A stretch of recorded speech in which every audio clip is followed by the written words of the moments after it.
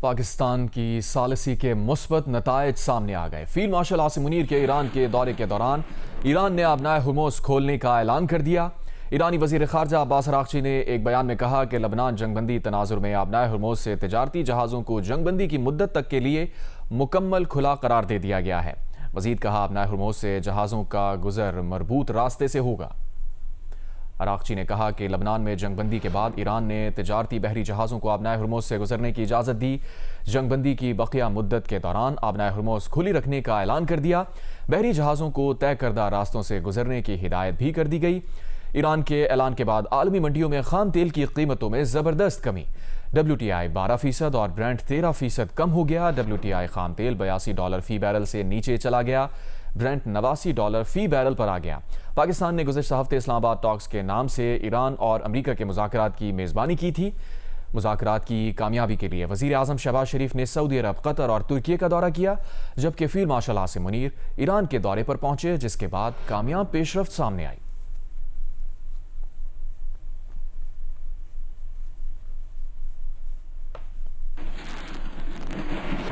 امریکی صدر نے آبنائے ہرمز کھولنے پر ایران کا شکریہ ادا کیا ہے۔ امریکی صدر نے اپنے سوشل میڈیا بیان میں کہا کہ ایران نے آبنائے ہرمز مکمل کھولنے کا اعلان کر دیا ہے، اس کے لیے ایران کا شکریہ۔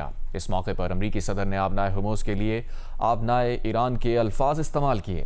امریکی صدر نے آبنائے ہرمز کھلنے کے باوجود ایران کی بحری ناکہ بندی برقرار رکھنے کا بھی اعلان کیا۔ صدر ٹرمپ نے ایک بیان میں کہا کہ آبنائے ہرمز مکمل طور پر کھلی ہے، کاروبار اور آمد و رفت کے لیے تیار ہے، لیکن جب تک ایران کے ساتھ امریکہ کا معاہدہ 100% مکمل نہیں ہو جاتا، بحری ناکہ بندی پوری طرح برقرار رہے گی۔ یہ عمل تیزی سے مکمل ہونا چاہیے کیونکہ زیادہ تر نکات پر پہلے ہی بات چیت ہو چکی ہے۔ ٹرمپ نے کہا کہ امریکہ ایران کا افزودہ یورینیم بھی حاصل کرے گا اور اس کے لیے ایران کو کسی قسم کی مالی ادائیگی نہیں کی جائے گی۔ امریکی صدر نے کہا کہ یہ معاہدہ لبنان سے متعلق نہیں، امریکہ لبنان کے ساتھ الگ سے کام کرے گا اور حزب اللہ کے معاملے کو مناسب طریقے سے حل کرے گا۔ ٹرمپ نے مزید کہا اسرائیل اب لبنان پر مزید بمباری نہیں کرے گا۔ امریکی صدر ٹرمپ نے آبنائے ہرمز کھلنے کے اعلان کے بعد خلیجی ممالک سے تشکر کا اظہار بھی کیا۔ ٹرمپ نے کہا کہ وہ بہادری اور مدد کے لیے سعودی عرب، متحدہ عرب امارات اور قطر کا شکریہ ادا کرتے ہیں۔ صدر ٹرمپ نے مزید کہا کہ آج کا دن دنیا بھر کے لیے شاندار دن ہے۔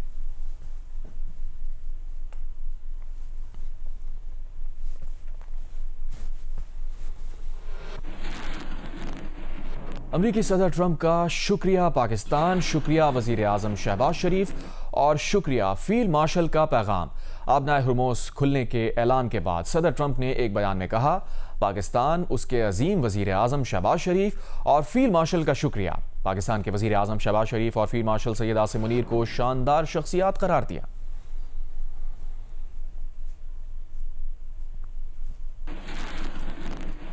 وزیر اعظم شہباز شریف کا امریکی صدر ٹرمپ سے اظہار تشکر۔ امریکی صدر کے سوشل میڈیا بیان پر شیئر کرتے ہوئے وزیر اعظم نے لکھا کہ پاکستانی عوام، فیلڈ مارشل اور میری طرف سے صدر ٹرمپ کا شکریہ۔ جناب صدر، آپ کے مہربان اور شاندار الفاظ کی قدر کرتا ہوں۔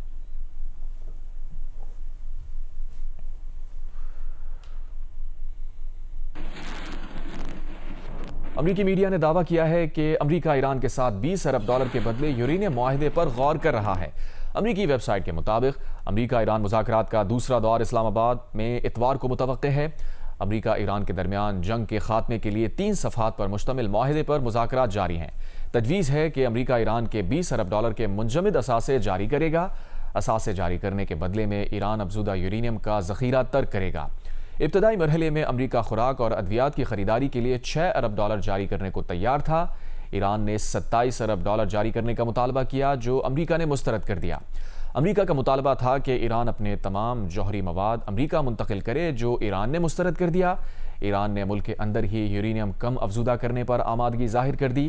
ایران کو طبی مقاصد کے لیے نیوکلیئر ریسرچ ری ایکٹر رکھنے کی اجازت ہوگی۔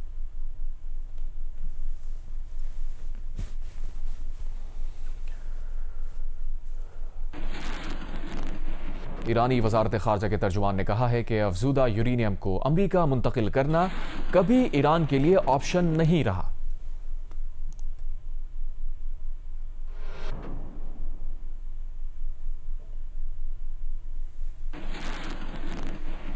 ایران امریکہ مستقل جنگ بندی کے لیے پاکستان کی سفارتی کوششیں جمعے کو بھی جاری رہیں۔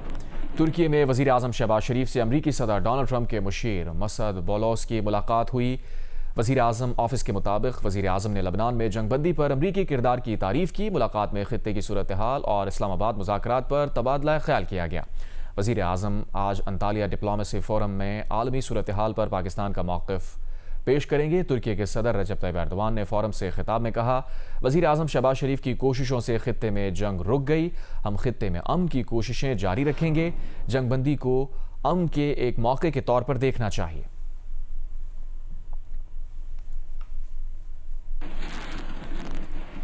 اس سے پہلے گزشتہ روز فیلڈ مارشل عاصم منیر کی ایرانی صدر مسعود پزشکیان سے ملاقات ہوئی تھی۔ ایران اور امریکہ کو ایک معاہدے پر رضامند کرنے کے لیے فیلڈ مارشل عاصم منیر کی ایرانی صدر سے یہ ملاقات بہت اہم قرار دی جا رہی تھی۔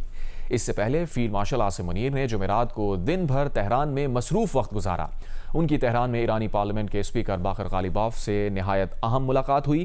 باقر غالیباف ایرانی حکومت میں نہایت مؤثر شخصیت سمجھے جاتے ہیں، جنہوں نے اسلام آباد میں آئے ایرانی وفد کی قیادت بھی کی تھی۔ ایرانی میڈیا کے مطابق فیلڈ مارشل عاصم منیر نے کمانڈر خاتم الانبیاء فورس سے بھی ملاقات کی۔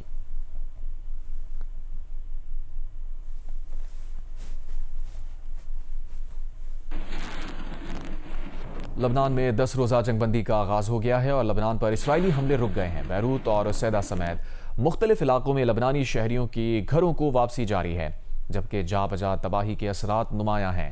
جنگ بندی کے آغاز کے بعد بیروت میں جشن منایا گیا، ہوائی فائرنگ اور آتش بازی کی گئی۔ نباتیہ میں حزب اللہ نے بھی جشن منایا۔ لبنانی فوج نے اسرائیلی حملوں سے تباہ قاسمیہ پل مرمت کے بعد کھول دیا۔ امریکی صدر ڈونلڈ ٹرمپ نے اسرائیلی وزیر اعظم نیتن یاہو اور لبنانی صدر جوزف اون کو مذاکرات کے لیے واشنگٹن آنے کی دعوت دی ہے۔ لبنان کے صدر جوزف اون کا کہنا ہے کہ اسرائیل کے ساتھ براہ راست مذاکرات حساس اور اہم ہیں۔ لبنانی فوج جنوبی لبنان میں مکینوں کی واپسی اور کسی گروہ کی موجودگی نہ ہونا یقینی بنائے گی۔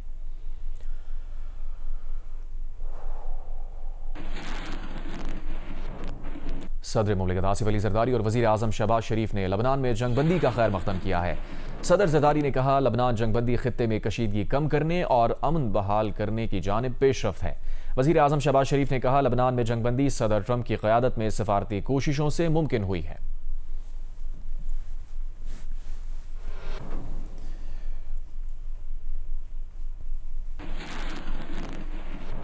حزب اللہ کا کہنا ہے کہ اسرائیل کی جانب سے جنگ بندی کی خلاف ورزی کی صورت میں انگلیاں ٹریگر پر رہیں گی۔ جاری بیان میں حزب اللہ کا کہنا ہے کہ اس کے جنگجو الرٹ ہیں۔ اسرائیل کے ساتھ 45 روزہ جنگ میں اسرائیل کے خلاف 2184 ملٹری آپریشن کیے گئے۔ اسرائیلی حملوں میں لبنان میں 2100 سے زائد افراد ہلاک ہو چکے، 10 لاکھ سے زائد لوگ بے گھر ہوئے، جبکہ اسرائیلی فوج اب بھی لبنانی علاقے میں موجود ہے۔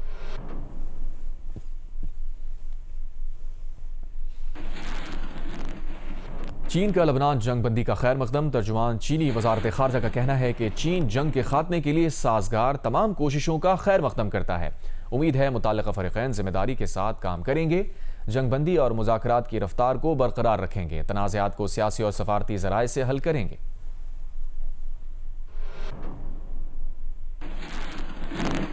نائب وزیر اعظم وزیر خارجہ اسحاق ڈار نے کہا ہے کہ سارک ممالک کی تجارت کے راستے میں اصل رکاوٹ ایک ملک ہے۔ انطالیہ ڈپلومیسی فورم میں مباحثے کے دوران انہوں نے کہا کہ بدقسمتی سے جنوبی ایشیا کی 2 ارب آبادی کے خطے کا GDP صرف 4 ٹریلین ہے۔ وجہ جنوبی ایشیائی ممالک کے درمیان تجارت کا کوئی باقاعدہ نظام نہ ہونا ہے۔ انہوں نے کہا کہ جب تک تمام ارکان برابری کی بنیاد پر مل کر کام نہیں کریں گے، تب تک حقیقی مقاصد اور نتائج حاصل نہیں کیے جا سکتے۔ عوام ایک رکن ملک کی مختلف پالیسی کی وجہ سے مشکلات کا شکار ہیں۔ All members of SAARC are very willing right from the beginning.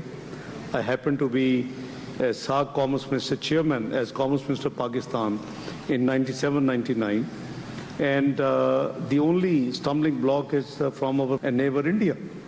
So since you have asked a direct question, so as long as all members equally work together, you can't achieve the real objectives and the real results. So that's where the problem is. I'm not here to do any blame game, but I told you that we have started working through trilateralism to overcome this hurdle, because we cannot wait indefinitely.